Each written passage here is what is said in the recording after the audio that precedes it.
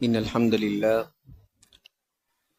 لله نحمده ونستعينه ونستغفره ونؤمن به ونتوكل عليه ونعوذ بالله من شرور أنفسنا ومن سيئات أعمالنا من يهده الله فلا مضل له ومن يضلله فلا هادي له ونشهد أن لا إله إلا الله وحده لا شريك له ونشهد أن سيدنا ونبينا ومولانا محمدا عبده ورسوله اللهم صل على محمد وسلم على محمد وبارك على محمد كما صليت وسلمت وباركت على إبراهيم وعلى آل إبراهيم إنك حميد مجيد أما بعد فقد قال الله تعالى في كلامه القديم والفرقان المجيد بعد أعوذ بالله من الشيطان الرجيم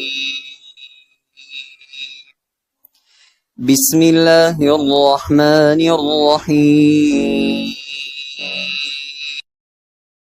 لذلك فادع واستقم كما أمرت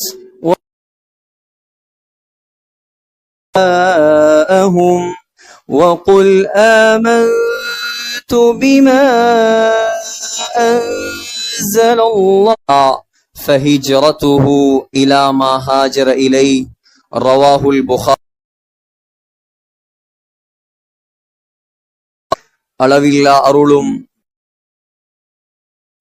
கொண்டு அகில உலகத்தை படைத்து பரிபாலித்து பராமரித்து இரட்சித்து பாதுகாத்து போஷிக்கக்கூடிய வல்லநாயன் அல்லாஹ், அவனுக்கே அனைத்து புகழும். அல்ஹம்துலில்லாஹ். அந்த அல்லாஹ் யஹ்லுகு மா யஷா, நாடியதை படைக்கக்கூடியவன். அந்த அல்லாஹ் யஃஅலு மா யஷா, நாடியதை செய்யக்கூடியவன். அந்த அல்லாஹ் ஹுவல்லதீ யுஸவ்விருக்கும் ஃபில் அர்ஹாமி கைஃப யஷா, தாயுடைய கற்பறையில் தான் நாடிய தோற்றத்தை கொடுக்கக்கூடியவன். அந்த அல்லாஹ் வஅன்னஹு ஹுவ அத்ஹக வ அப்கா, சிரிக்க வைப்பவன் அழ வைப்பவன். அந்த அல்லாஹ் வஅன்னஹு ஹுவ அமாத வ அஹ்யா, மௌத்தாக்குபவன் ஹயாத்தாக்குபவன்.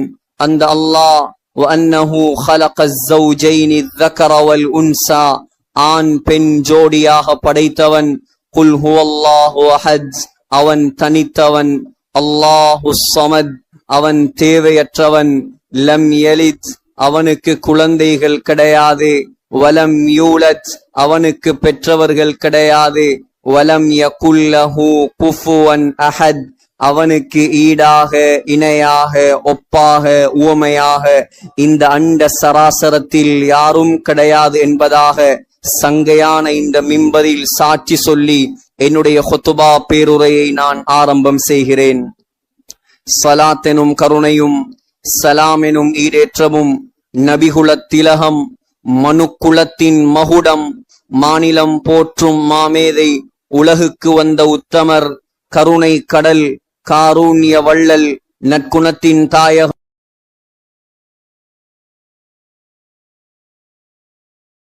அந்த அண்ணல் நபிகளாருடைய வாழ்க்கை வழிமுறைகளை அடியொற்றி நடப்பதில் அணுவளவும் நெறி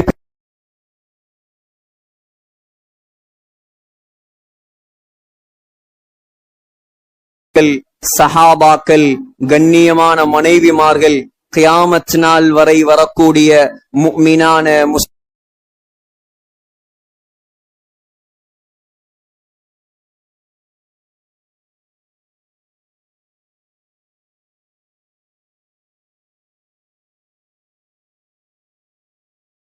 வேண்டி அல்லாஹுடைய மாளிகையில் நேரகாலத்தோடு வந்தமர்ந்திருக்கும் அல்லாஹுவின் நல்லடியார்களே, சங்கையான சகோதரர்களே, வல்லவன் அல்லாவை மௌத்து வரைக்கும் அஞ்சி பயந்து தக்வாவுடன் வாழுமாறு முதலில் உபன்னியாசம் நிகழ்த்தக்கூடிய எனக்கும் அப்பால் செவியேற்கக்கூடிய உங்களுக்கும் நான் நல்லுபதேசம் செய்கிறேன். இத்தகுல்லாஹ். அன்பு நிறைந்த அல்லாஹுவின் நல்லடியார்களே, சங்கையான ஒரு மாதம் ذுல்கஅதாவுடைய மாதம். முழு உலகத்திலிருந்தும் லட்சக்கணக்கான மக்கள் அல்லாஹுடைய புனித ஆலயமாம் கஅபாவை நோக்கி படையெடுக்கக்கூடிய ஒரு காலம்.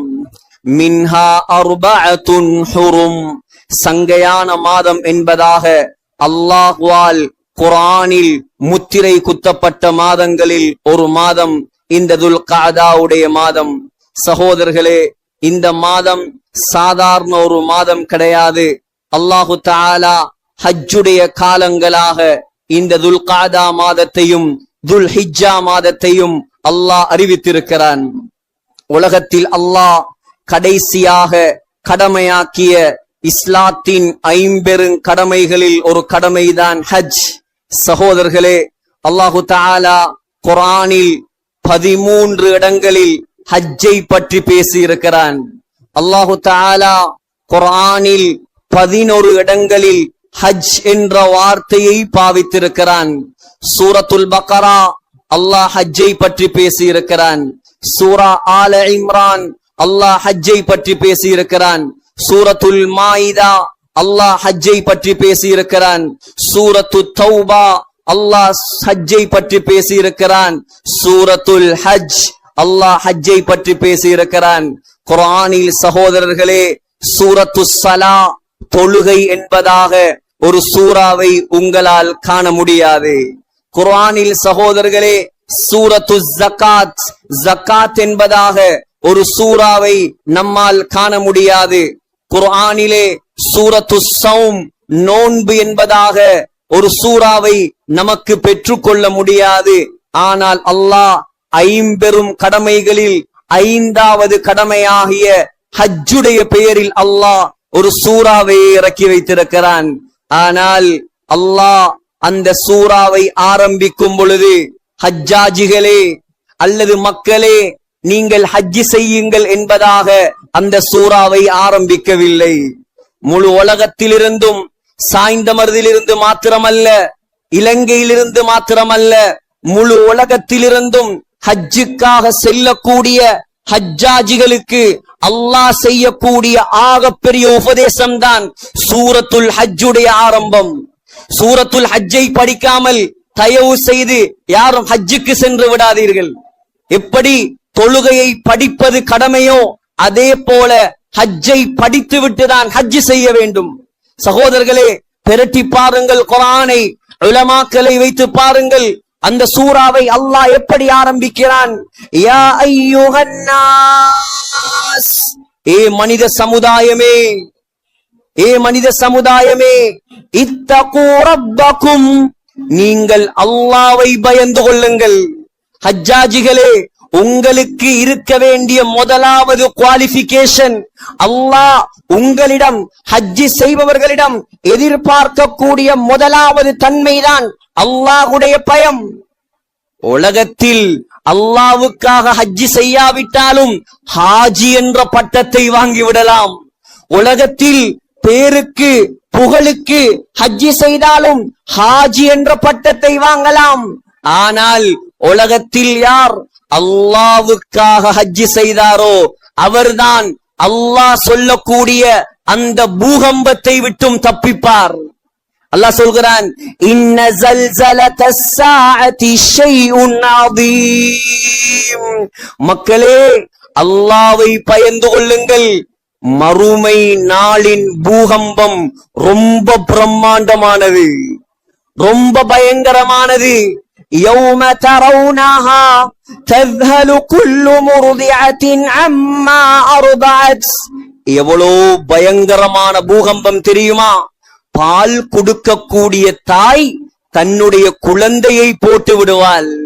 وتضع كل ذات حمل حملها. கற்பிணி கற்பத்தில் இருக்கக்கூடிய குழந்தையை அவள் கீழே போட்டு விடுவாள். குழந்தை வெளியே வந்துவிடும். ஆனால் அந்த தாய்க்கு குழந்தை வந்தது வெளியில் தெரியாது. எவ்வளவு பயங்கரமான நாள், எவ்வளவு பயங்கரமான நாள். இன்றைக்கு ஆராய்ச்சியாளர்கள் சொல்கிறார்கள், ஒரு தாய் ஒரு குழந்தையை பெற்றெடுப்பதாக இருந்தால் 40 எலும்புகள் உடைந்தால் என்ன வருத்தமோ அந்த வருத்தத்தை அடைந்துதான் ஒரு குழந்தையை பெற்றெடுக்க முடியும். குழந்தை வயிற்றிலிருந்து வெளியால வாரது விளங்காத நிலைமை என்றால் சகோதரர்களே, உலகத்தில் யாரும் இதற்கு முன் அப்படி ஒரு நிலைமையை சந்தித்திருக்கவும் முடியாது, சந்திக்கவும் முடியாது. அந்த நாள், அதுதான் பயங்கரமான நாள். அந்த நாளை நீங்கள் தப்பிக்க வேண்டுமா?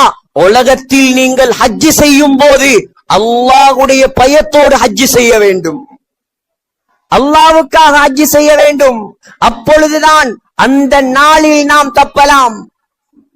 சாதாரண மக்களா ஹஜ் செய்தவர்கள், சாதாரணவர்களா ஹஜ் செய்தவர்கள் சகோதரர்களே, அல்லாமா அத்தா இப்னு அபி ரபாஹ், அத்தா இப்னு அபி ரபாஹ் மூத்த தாபிஈன்களில் உள்ளவர், மக்காவிலேயே வாழ்ந்தவர், காபாவிலேயே வாழ்ந்தவர்.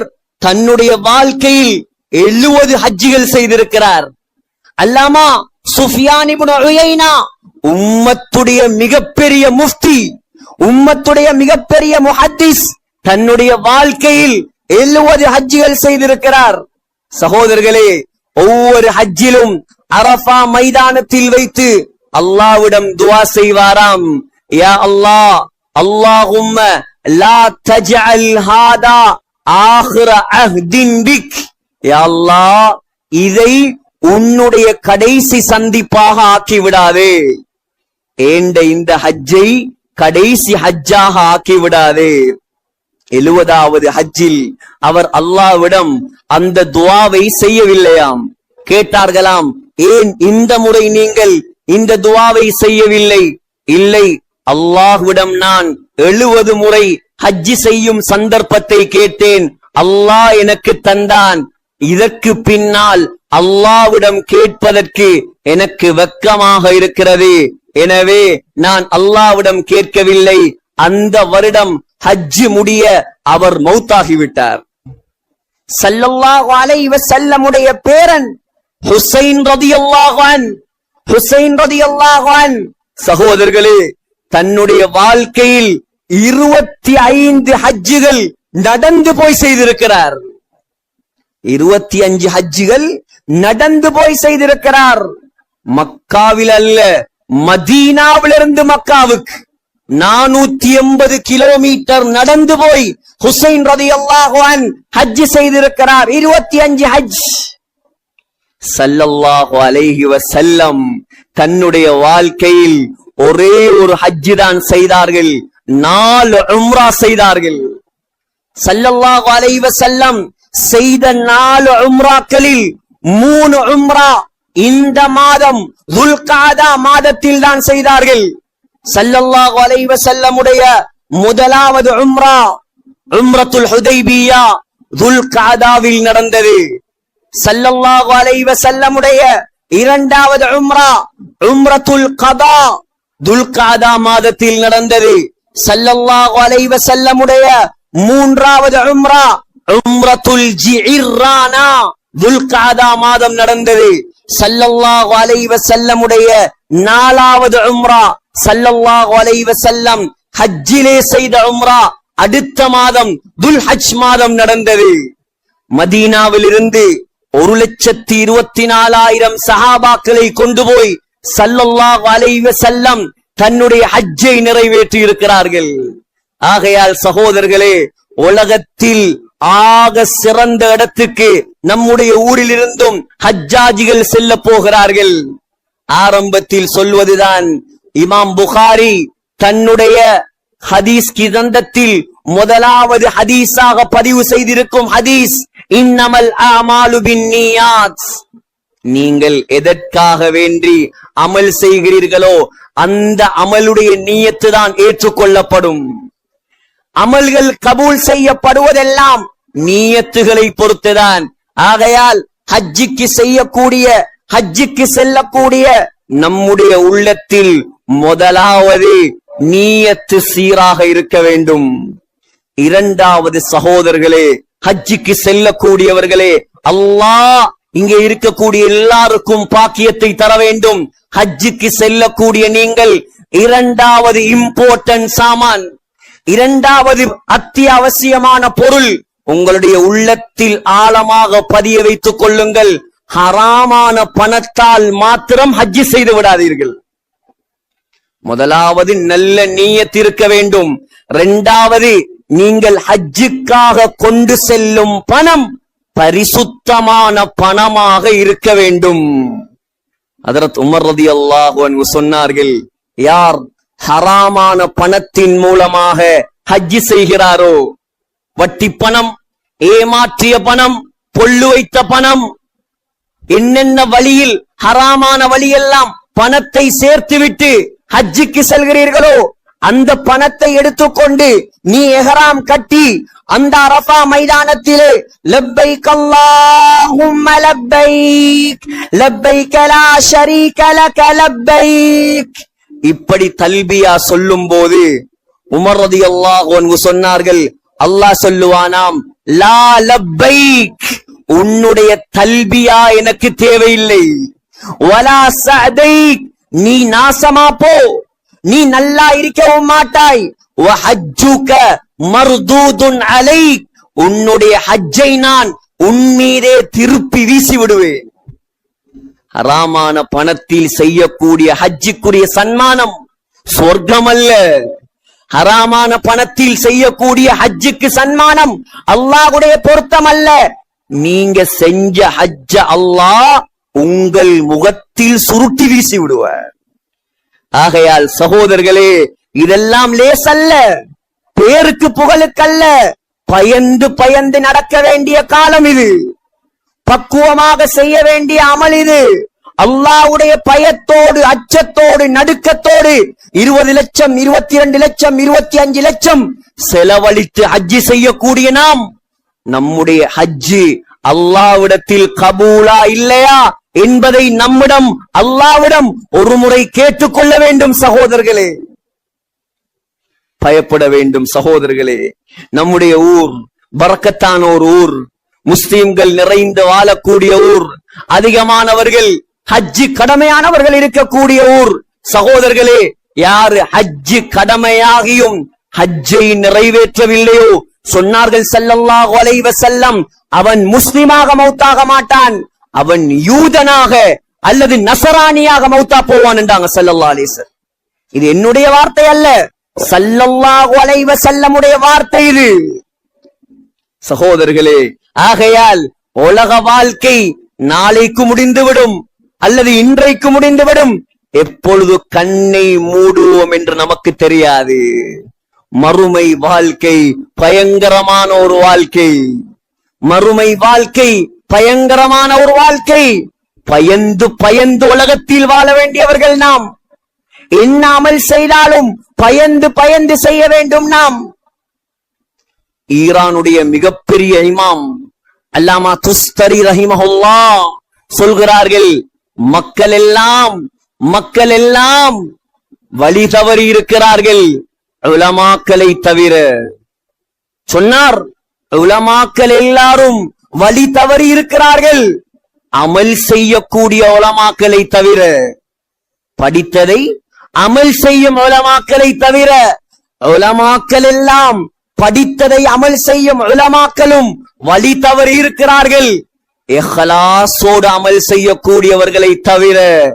இஹ்லாஸோடு அமல் செய்யக்கூடியவர்கள் இருக்கிறார்களே, அலா ஹத்தரின் அதீம், அவர்கள் பயங்கரமான ஆபத்தில் இருக்கிறார்கள். ஒரு நிமிடம் போதும் நம் 40-50 வருடம் செய்த அமல்களை அழித்து விடுவதற்கு. உதாரணமாக, ஒருவர் 40 ஹஜ்ஜுகளை முடித்திருக்கிறார், இன்னொருவருக்கு அது தெரியாது. இவர் சொல்றார், உனக்கு ஹஜ்ஜ பத்தி என்ன தெரியும்? ஒரு வார்த்தை கேட்டு விட்டான். இவர் சொன்னார், எனக்கா ஹஜ்ஜ பத்தி தெரியாது, நான் யார் தெரியுமா? 40 ஹஜ்ஜுகளை முடித்தவன். 40 வருஷமா இவர் கஷ்டப்பட்ட அமல்களை வீணாக்கி விட்டார். இஹ்லாஸோடு அமல் செய்யக்கூடியவர்களும் சகோதரர்களே பயங்கரமான ஆபத்தில் இருக்கிறார்கள். யார் இஹ்லாஸோடு அமல் செய்வார்களோ அவர்கள்தான் அந்த மறுமை நாளின் பூகம்பத்தில் தப்பலாம். பூகம்பத்தில் தப்பலாம். ஆகையால் இந்த ஹஜ்ஜுடைய காலம், ஹஜ்ஜுடைய நோக்கமே அல்லாஹோடு நெருங்குவதுதான். ஹஜ்ஜுடைய நோக்கமே துஆக்களை கபூலாக கூடிய மக்களாக நாம் ஊருக்கு திரும்பி வருவதுதான். ஹஜ்ஜுடைய நோக்கமே அல்லாஹ்வுடைய பொருத்தத்தை அடைவதுதான். ஹஜ்ஜுடைய நோக்கமே சுவர்க்கத்தை அடைவதுதான். ஹஜ்ஜுடைய நோக்கமே சகோதரர்களே அந்த பயங்கரமான அந்த மறுமை நாளிலிருந்து நாம் தப்புவதற்குதான். உலகத்தில் நல்ல முறையில் வாழ்ந்து விட்டால், அல்லாஹ்வுக்கு பொருத்தமாக வாழ்ந்து விட்டால் சகோதரர்களே, நம்முடைய அமல்களை கொண்டு அந்த மறுமை நாளில் நாம் சந்தோஷப்படலாம். கொஞ்சம் வழி தவறிவிட்டோம் என்றால், அல்லாஹ்வுக்கு மாற்றமாக வாழ்ந்து விட்டோம் என்றால் சகோதரர்களே, அந்த நாளில் நமக்கு உதவி செய்வதற்கு யாரும் கிடையாது. பயங்கரமான நாள் அது, படுபயங்கரமான நாள் அது. ஒவ்வொரு வெள்ளிக்கிழமையும் ஜுமா தொழுகையில் 2வது ரக்காத்தில் இமாம் ஓதக்கூடிய சூரத்துல் காஷியா. பொதுமக்களுக்கும் பாடம், உலமாக்களுக்கு மாத்திரமல்ல, பொதுமக்களுக்கும் பாடம். என்றாவது ஒரு நாள் அந்த சூறாவில் இமாம் என்ன ஓதுகிறார் சிந்தித்து பார்த்திருப்போமா? அல்லாஹ் கேட்கிறான், ஹல் அதாக ஹதீசுல் காஷியா. ஏய் நபியே ஸல்லல்லாஹு அலைஹி வஸல்லம், காஷியா என்றால் என்னவென்று தெரியுமா? காஷியா என்ன? காஷியா யக்ஷா என்றால் மூடிக்கொள்வது. என்ன மூட போகிறது இந்த உலகத்தை? ஹஜ்ரத் இஸ்ராஃபீல் அலைஹிஸ்ஸலாம் அல்லாஹ்வுடைய கட்டளை வந்துவிட்டால் சூரை ஊதுவார். சூரை ஊதினால் முழு உலகத்தில் இருக்கக்கூடிய எல்லா மனிதர்களுடைய கழுத்துகளும் ஒட்டகத்துடைய கழுத்தை போல் ஆட ஆரம்பித்து முழு உலகமும் ஒரு நொடிப்பொழுதில் மயங்கி விழுந்து விடுவார்கள். இதுதான் காஷியா. அந்த காஷியாவை சந்திக்க நாம் தயாரா? உலகத்தில் நம்முடைய அமல்கள் தயாரா? நம்முடைய தொழுகைகள் ரெடியா? நம்முடைய சதக்காக்கள் அந்த காஷியாவில் நமக்கு பிரயோசனம் தருமா? நாம் முடித்த ஹஜ்ஜுகள், செய்த உம்ராக்கள் அந்த காஷியாவுடைய நாளில் நம்மை பாதுகாக்குமா? நீ நல்லவனாக வாழ்ந்திருந்தால் சரி. அல்லாஹ் சொல்கிறான், எனக்கு மாற்றமாக உலகத்தில் வாழ்ந்தால் நீ யாராக இருக்கலாம், உன்னிடம் பதவி இருக்கலாம், பலம் இருக்கலாம், பராக்கிரமம் இருக்கலாம், படாடோகம் இருக்கலாம், தாம்பீகம் இருக்கலாம், ஆடம்பரம் இருக்கலாம், நீ யாராக இருந்தாலும் இந்த உலகத்தில் எனக்கு மாற்றமாக வாழ்ந்துவிட்டு நீ கண்ணை பொத்தினால் அல்லாஹ் சொல்கிறான்,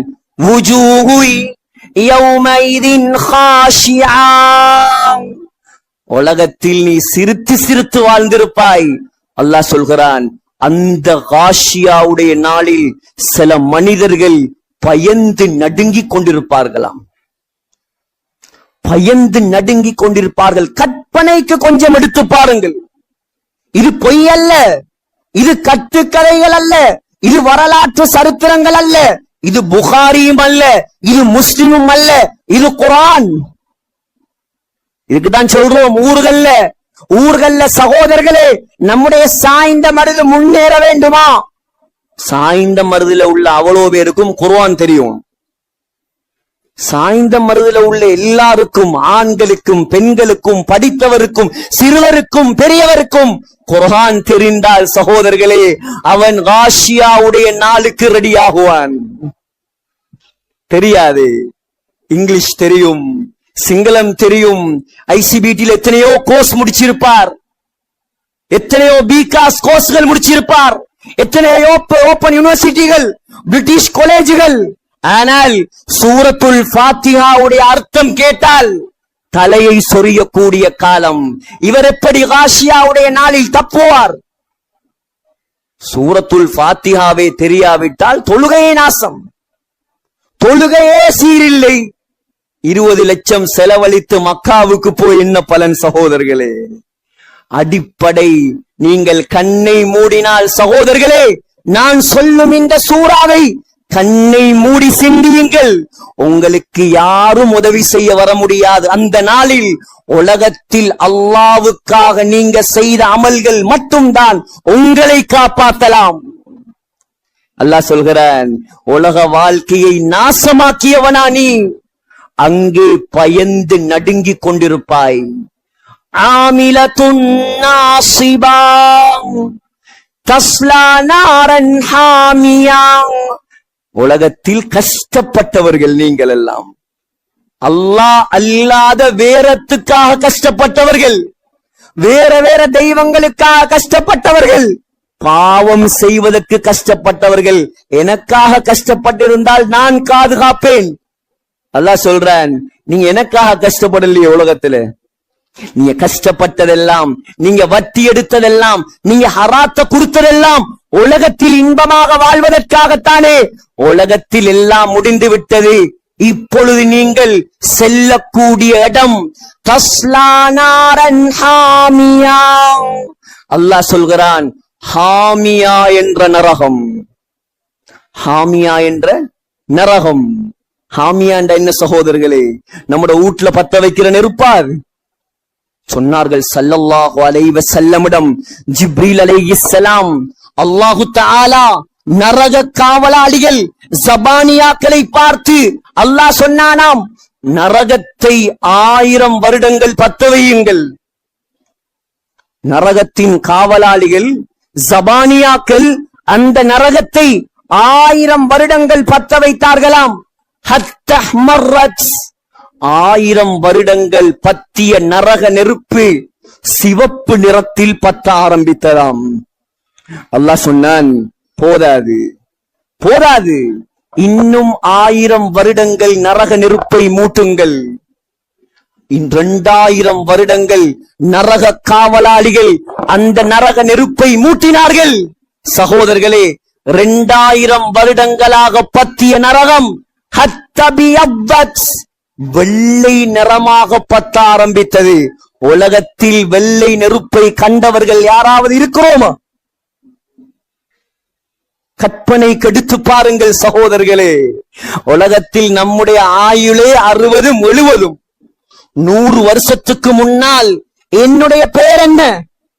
100 வருடங்களுக்கு முன்னால் இந்த ஜுமாவுக்கு வந்திருக்கும் சாய்ந்த மருது மக்களாகிய நம்முடைய பெயர் என்ன? அட்ரஸ் இல்லாமல் இருந்தார்கள். நம்முடைய அட்ரஸ் 60 வயசு, 7 வயசு, 60 வயசு, 80 வயசு, 30 வயசு. இன்னும் 50 வருடங்கள் 100 வருடங்களுக்கு பின்னால் நம்முடைய அட்ரஸ் என்ன? ஆரம்பமும் அட்ரஸ் இல்லை, முடிவும் அட்ரஸ் இல்லை. இதுக்குள் தானே போட்டி, இதுக்குள் தான் பொறாமை, இதுக்குள் தான் பாவம், இதுக்குள்ளதான் ஹராம். சொன்னார்களாம், அல்லாஹ் நரக காவலாளிகளை பார்த்து 2000 வருடங்கள் மூட்டிய நெருப்பு போதாது, 3000 வருடங்கள் நரகத்தை பத்த வையுங்கள். ஜபானியாக்கள் 3000 வருடங்களாக நரகத்தை பத்த வைத்தார்களாம். ஹத்தஸ்வத்தத், நரகம் கருப்பு நிறத்தில் எரிய ஆரம்பித்தது. இதுதான் ஹாமியா. இந்த ஹாமியாவை சந்திப்பதற்கு நாம் தயாரா? யார் தயார் சகோதரர்களே?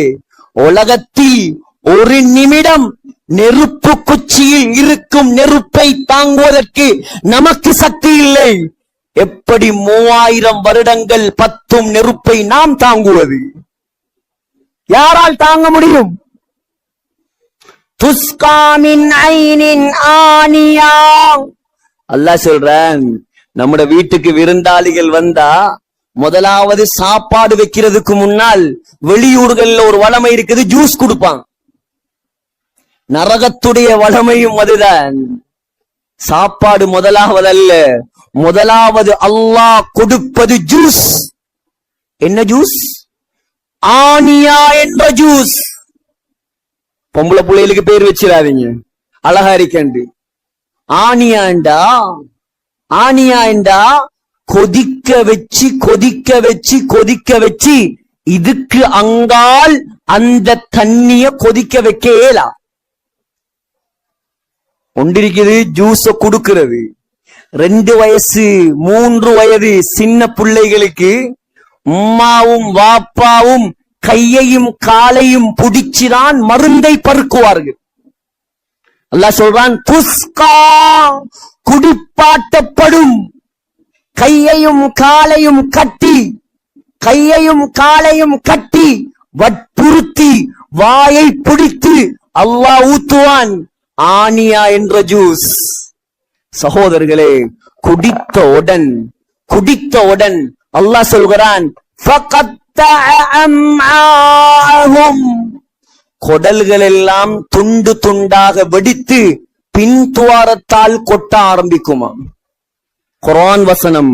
மீண்டும் சொல்கிறேன், இது என்னுடைய பயான் அல்ல, இது குர்ஆன். ஏன் இதெல்லாம் சொல்வது?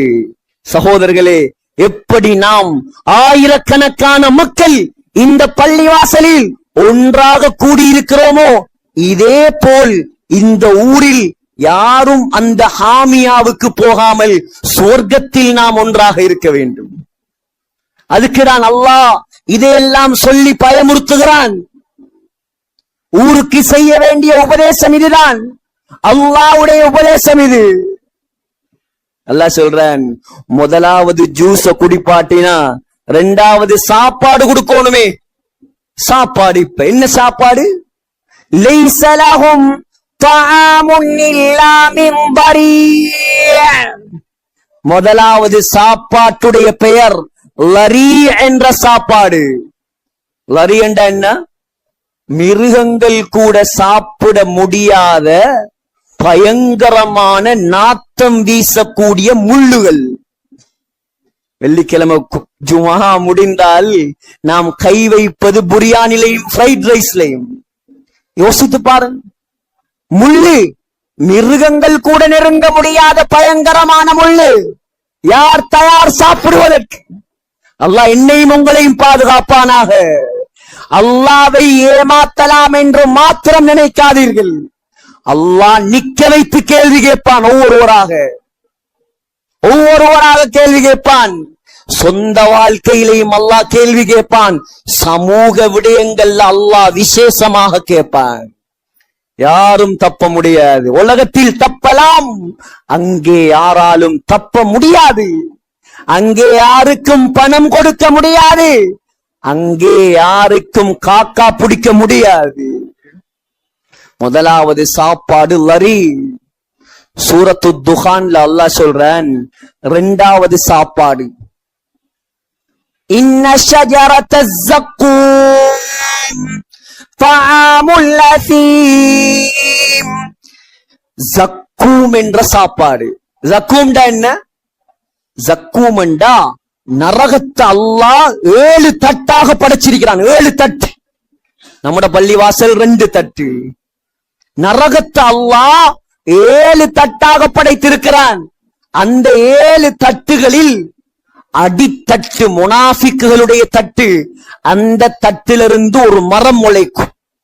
அந்த மரத்துக்கு பெயர் தான் ஸக்கூம்.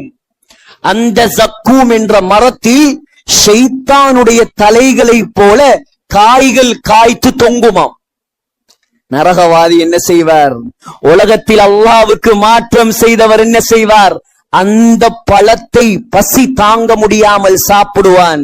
அல்லாஹ் சொல்றான், கல்முஹ்லி யக்லி ஃபில் புத்தூன். உருக்கின ஈயம் போல வயிற்றுக்குள்ள அது கொதிக்க ஆரம்பிக்கும். தாங்க முடியுமா சகோதரர்களே? இதெல்லாம் விட பயங்கரமான ஒரு சாப்பாடு இருக்குது. 3வது சாப்பாடு. வலா தஆமுன் இல்லா மின் கிஸ்லீன். கிஸ்லீன் என்ற சாப்பாடு. அது என்ன கிஸ்லீன்? நரகவாதியுடைய உடம்பிலிருந்து வடியக்கூடிய, புண்களிலிருந்து வடியக்கூடிய சீல்களும் சலம்களும் சாப்பாடாக கொடுக்கப்படும். சகோதரர்களே, இதுக்குதான் சொல்வது, நம்மால் இதையெல்லாம் தாங்க முடியாது. உலக வாழ்க்கை சகோதரர்களே அல்லாஹ் போட்ட பிச்சை. ஹஜ்ஜுடைய காலம் நம்முடைய ஊர் மாஷா அல்லாஹ் முதலாக ஒரு சிறப்பு என்னவென்றால், இலங்கையிலிருந்து 11ஆம் தேதி முதலாக ஃபர்ஸ்ட் பிளைட் மக்காவுக்கு செல்கிறது. அந்த பிளைட்ல சாய்ந்தமருது மக்களும் இருக்கிறாங்க 20க்கு மேல. முதலா பரக்கத்தை ஊர்ல இருந்து கொண்டு போகக்கூடியவர்கள். ஜுமாவுக்கு பின்னால் அவர்களுடைய முசாஃபா நிகழ்ச்சி நடைபெறும். ஊருக்கு ஆகப்பெரிய பரக்கத். ஊர்ல இருந்து ஹஜ்ஜிக்கு போற மக்கள் எல்லாரும் சம்பூர்ணமாக முசாஃபா செய்து துவா கபூலாக கூடிய மக்களாக திரும்பி வருமாறு அவர்களை வாழ்த்த வேண்டும். செல்லக்கூடியவர்களுக்கு நான் சொல்கிறேன், சகோதரர்களே, உங்களுடைய பணமும் காசும் வீணாகாமல் இருக்க வேண்டுமா? உங்களுடைய காலங்களும் நேரங்களும் வீணாகாமல் இருக்க வேண்டுமா? அல்லாஹ் எப்படி ஹஜ்ஜி செய்ய சொன்னானோ அதை மாத்திரம் உங்களுடைய உள்ளத்தில் பதிய வைத்துக் கொள்ளுங்கள். அல்லாஹுடைய கட்டளைக்கு மாற்றமாக நடந்து விடாதீர்கள். சகோதரர்களே, ஆக சிறப்பான ஒரு காலம், ஆக சிறப்பான ஒரு ஊர். எல்லா வளங்களையும் அல்லாஹ் தந்திருக்கிறான், எல்லாத்திலேயுமே முன்னேற்றத்தை அல்லாஹ் தந்திருக்கிறான். ஆனால் ஒன்றில் மட்டும்தான் முன்னேற்றம் கிடையாது. என்ன? தீனில் மாத்திரம் முன்னேற்றம் இல்லை. கசப்பாக இருந்தாலும் சொல்ல வேண்டும் சகோதரர்களே, தொழுகை வீதம் முன்னேற்றம் அடையவில்லை, அமல் இபாதத்துகள் முன்னேற்றம் அடையவில்லை. 100க்கு 100 முஸ்லிம்கள் வாழக்கூடிய இந்த ஊர் சகோதரர்களே, தொழுகையிலும் இபாதத்திலேயும் அல்லாவை திருப்திப்படுத்தக்கூடிய ஊராக மாறினால் அல்லாஹ் பரக்கத்துகளை எப்படி கொட்டுவான்? ஒரே ஒரு உதாரணத்தை சொல்லி ஜுமாவை முடித்துக் கொள்கிறேன். ஒருவர் இருக்கிறார், அவருக்கு நல்ல வசதி வாய்ப்போடு இருக்கிறார். உதாரணமா, கொழும்புல 4 கடை இருக்குது, 4 ஊடு இருக்குது, 4 மனைவிமார் இருக்கிறாங்க, 4 வாகனங்கள் லக்ஸரி வெஹிக்கிள் இருக்குது, எல்லா வசதி வாய்ப்பும் இருக்குது. ஒரே ஒரு நாள் எல்லாத்தையும் விட்டுட்டு ஒரு வெளிநாட்டு பிரயாணம் போய் திரும்பி வந்தார்.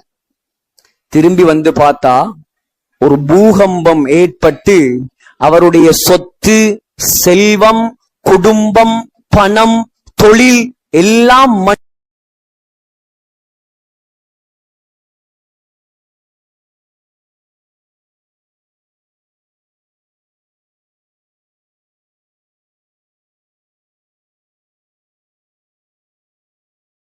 சொத்தும் வைத்து நான் மாத்திரம் இருந்து என்ன செய்ய? புகாரியில் வருகிறது, ஸல்லல்லாஹு அலைஹி வஸல்லம் சொன்னார்கள், மன் ஃபாத்தத்ஹு ஸலாத்துல் அஸ்ரி ஃபகஅன்னமா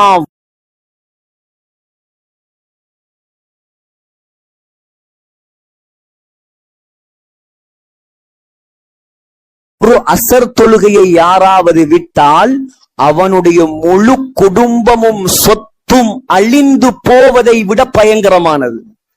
நபியுடைய வார்த்தை இது.